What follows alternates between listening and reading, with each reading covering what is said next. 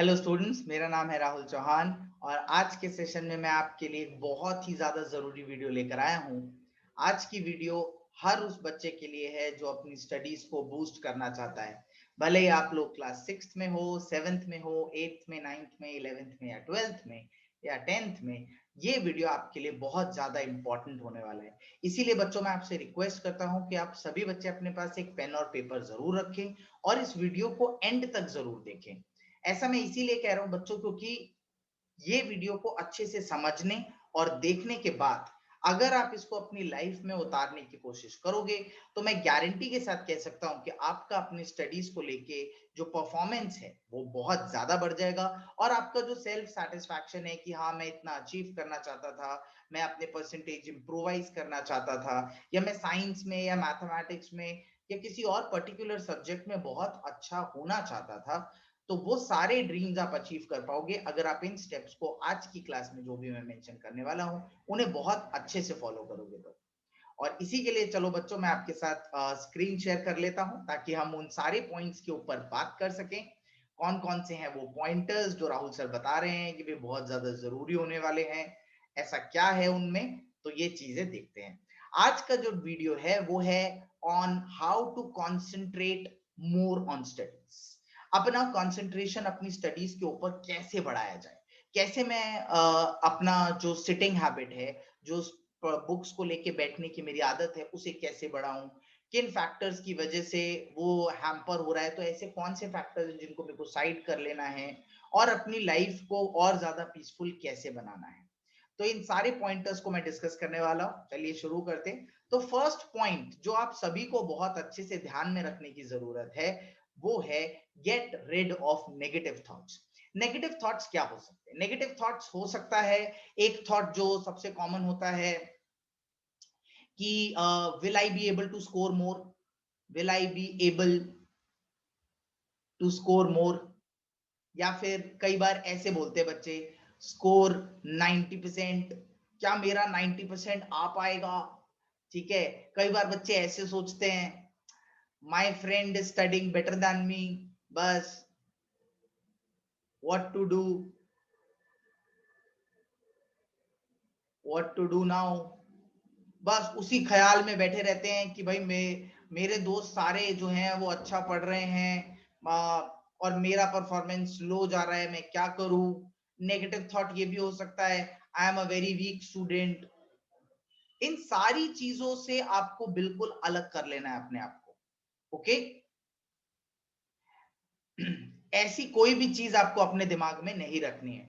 बच्चों याद रखिएगा, हर किसी इंसान का लाइफ में एक कोट रहता है जो कि कुछ इस तरीके से काम करता है, मैं जैसा सोचूंगा मैं वैसा बनूंगा। अगर मैं नेगेटिव सोचूंगा तो मैं नेगेटिव ही बनूंगा, अगर मैं पॉजिटिव सोचूंगा तो मैं पॉजिटिव ही बनूंगा। अगर कोई इंसान अपनी लाइफ में इंजीनियर बनने के लिए मेहनत करे, इंजीनियरिंग एंट्रेंस एग्जाम्स को क्रैक करके एक अच्छा इंजीनियर बनने की मेहनत करे, तो चाहे कुछ भी हो जाए वो डॉक्टर कभी नहीं बन सकता। It is not possible. तो जैसा हम सोचेंगे हम वैसा ही बनेंगे। अगर हम नेगेटिव सोचेंगे तो हमारी एक्टिविटीज हमें नेगेटिव एक्टिविटीज की तरफ लेके जाएगी और हमें नेगेटिव ही बनाएगी।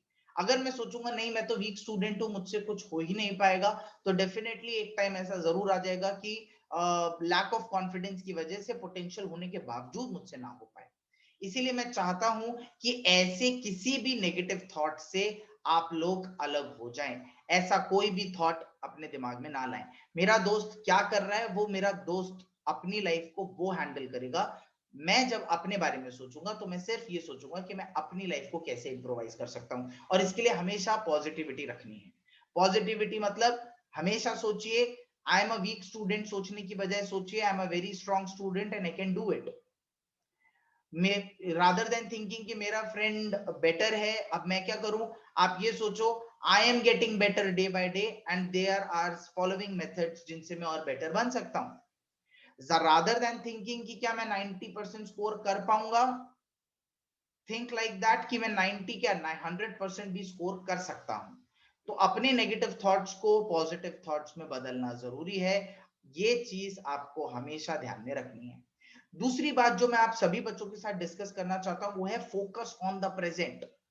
कल क्या हुआ था उससे आपका कोई लेना देना नहीं है बच्चों, क्योंकि वो हो चुका है। फ्यूचर में क्या होने वाला है वो भी आप डिसाइड नहीं कर सकते, क्योंकि वो तो फ्यूचर में है। 2 महीने बाद अगर मेरी एग्जाम है तो एग्जाम में मेरा क्या रिजल्ट आएगा वो मेरे हाथ में अभी तो नहीं है। मेरे हाथ में सिर्फ मेरा प्रेजेंट है। इस समय बैठ के मैं क्या कर रहा हूं। अगर इस समय बैठ के मैं पास्ट और फ्यूचर की कहानियां सोच रहा हूं तो मैं अपना प्रेजेंट वेस्ट कर रहा हूं। और अगर मेरा आज वेस्ट हो जाता है तो मेरा कल भी वेस्ट ही होगा, ये तय है। इसीलिए बच्चों हमेशा प्रेजेंट पे फोकस रखें। आज अपना पूरा एफर्ट लगाएं। give maximum efforts, give 100% efforts for studies, okay, to study more, or rather than to study more I should say to study better।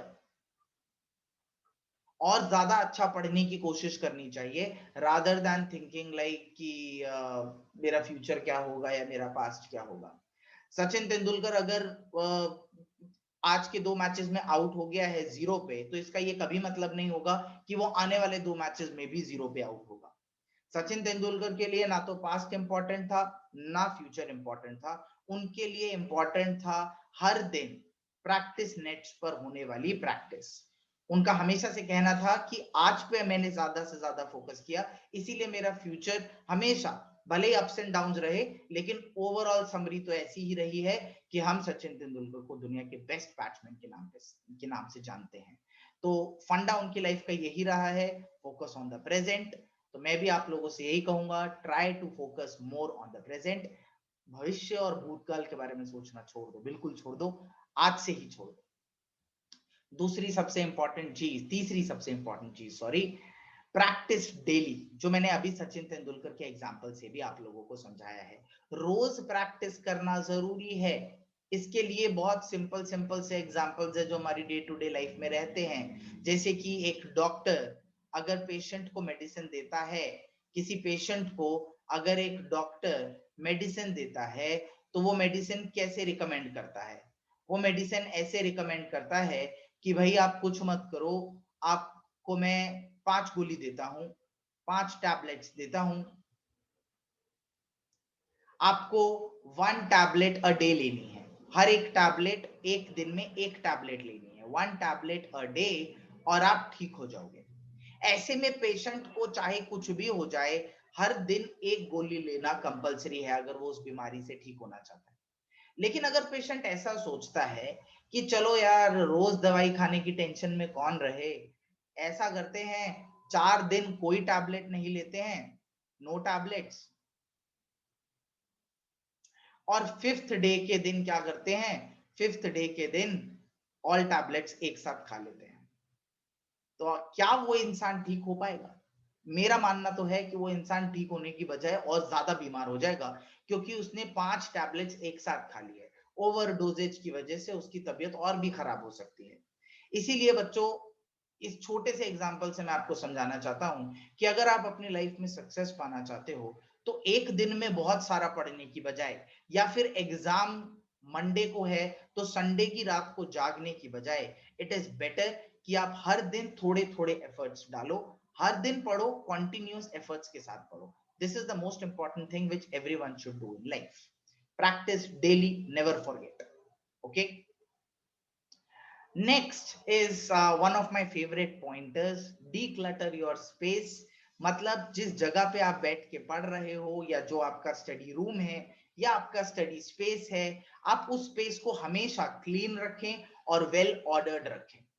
अगर ऐसा होता है कि शाम के 6 बजे आपने प्लान बनाया हुआ है कि 6 बजे मैं साइंस की बुक निकाल के पढ़ूंगा, लेकिन 6 बजे आप पढ़ने के लिए बैठे और आधे घंटे तक बस आप साइंस की ही बुक ढूंढ रहे हो, क्योंकि आपका स्पेस जो है, आपकी जो किताबें हैं वो बहुत ही खराब ऑर्डर में इधर उधर बिखरी हुई है। कोई किताब किसी कमरे में है, कोई किताब किसी कमरे में है। चलो कई बार ऐसा हो गया कि आपको किताब मिल गई, अब आप पढ़ने बैठे, कॉपी मिल गई, बुक मिल गई, लेकिन फिर आप पेन ढूंढने में लगे हुए हो और आपको जिस टाइप का पेन चाहिए था वो मिला ही नहीं। तो ये इन सब चीजों का इफेक्ट आपके दिमाग पे पड़ता है। इन सब चीजों से आपका जो इंटरेस्ट है स्टडीज में वो भी थोड़ा कम हो जाता है।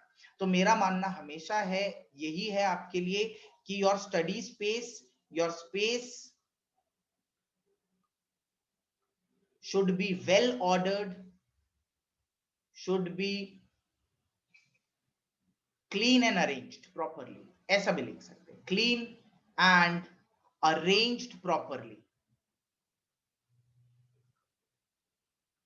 अगर ऐसा रहता है तो यकीन मानो बच्चों, आपका पढ़ाई पर से ध्यान ज्यादा और बढ़ने लगेगा, उस पे से ध्यान उठने की बजाय उसमें ध्यान आप लोगों का बढ़ने लगेगा। तो इस बात का भी ध्यान रखें कि अपना स्पेस डीक्लटर करके रखें।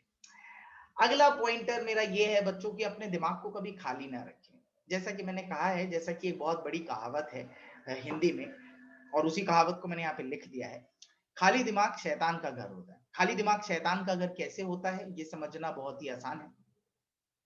अगर आपका दिमाग खाली रहता है, फॉर एग्जाम्पल शाम के 6 बजे से लेके 7 बजे तक आपने पढ़ाई कर ली, लेकिन अब 7 बजे से लेकर 9 बजे तक का टाइम आप खाली बैठे हो, तो आप क्या करते हो? आप कहते हो चलो यार सोशल नेटवर्किंग वेबसाइट पे देख लेता हूँ क्या चल रहा है, चलो यार इधर उधर का आर्टिकल ही ब्राउज करता रहता हूँ, या फिर कोई फनी वीडियो ही देखता रहता हूँ। ये सब देखते देखते आपके दिमाग में उल्टे पुल्टे ख्याल भी आने लग जाते हैं। कई बार ऐसा आने लग जाता है कि यार कौन ज्यादा पढ़ाई करे, पढ़ने में क्या रखा है, देखो ये जो एक्टर्स परफॉर्म कर रहे हैं इनकी लाइफ कितनी अच्छी है, इनको तो पढ़ना भी नहीं पड़ता है। तो अपने दिमाग को अगर खाली रखोगे तो उसमें नेगेटिव थॉट्स बड़ी आसानी से फिट हो पाएंगे, और एक बार उसमें नेगेटिव थॉट्स फिट होने लग गए तो आपका फोकस जो है वो और ज्यादा डैमेज हो जाएगा। तो मैं हमेशा आपको यही कहूंगा कि खाली दिमाग शैतान का घर होता है, तो ऐसा बिल्कुल ना करें। यस। अगला पॉइंटर जो मैं आपके साथ शेयर करना चाहता हूं वो है say no to social networking websites. Social networking websites को जितना ज्यादा अवॉइड कर सके उतना ज्यादा करना चाहिए। देखिए मैंने यहाँ पे एक इमेज भी अटैच किया है कि फोन एक स्टूडेंट है जो पढ़ने की तरफ फोकस कर रहा है, जो कोई ऑनलाइन हो सकता है, ऑनलाइन लेक्चर अटेंड कर रहा हो, या कोई आर्टिकल पढ़ रहा हो, या कोई बुक का पीडीएफ सॉल्व कर रहा हो, लेकिन वहीं पर पीछे से फोन उसको बुला रहा है कि भाई पढ़ने में क्या रखा है, कम टू मी, मैं तेरे को बहुत सारी फनी वीडियोस दिखाता हूँ, कम टू मी, मैं बताता हूँ तेरे दोस्त चैट पे क्या बोल रहे हैं, कम टू मी, मैं तेरे को दिखाता हूँ कि तेरे फ्रेंड्स ने आज पार्टी में कौन सा ड्रेस पहना है। तो ये सारी चीजों को आप लोगों की तरफ अट्रैक्ट करने का काम करता है फोन। इसीलिए मैं हमेशा कहता हूँ say no to social networking sites. आप इसको जितना ज्यादा अवॉइड करोगे, मेरा ये पर्सनल एक्सपीरियंस है, आप इसको जितना ज्यादा अवॉइड करोगे आपकी लाइफ में उतना ज्यादा सक्सेस आपको मिलेगा। अब ये आप पे डिपेंड करता है कि आप इसको बिल्कुल अवॉइड करने में सक्सेसफुल हो पाते हो या नहीं। अगर बिल्कुल अवॉइड करने में बहुत ज्यादा दिक्कत आ रही है तो मैं आपको एडवाइस करूंगा, reduce time on social networking sites या फिर ऑन सच एप्स स्लोली। एक रात में आप डिसाइड कर लो कि नहीं भाई आज से सारा फोन बंद, सारी वेबसाइट्स बंद, मैं फेसबुक भी नहीं करूंगा, व्हाट्सएप भी नहीं करूंगा, व्हाट्सएप पे फालतू टाइम स्पेंड नहीं करूंगा, यूट्यूब पे वीडियोस नहीं देखूंगा, एक्स वाई जेड। तो एक रात में अगर आप इतना बड़ा डिसीजन लोगे तो उसको इंप्लीमेंट करना थोड़ा मुश्किल हो सकता है। रादर देन डूइंग दैट, एक इफेक्टिव मेथड मैं आपको इस डायरेक्शन में बता सकता हूँ, वो ये है कि आप धीरे धीरे अपनी एक्टिविटीज को कम कीजिए।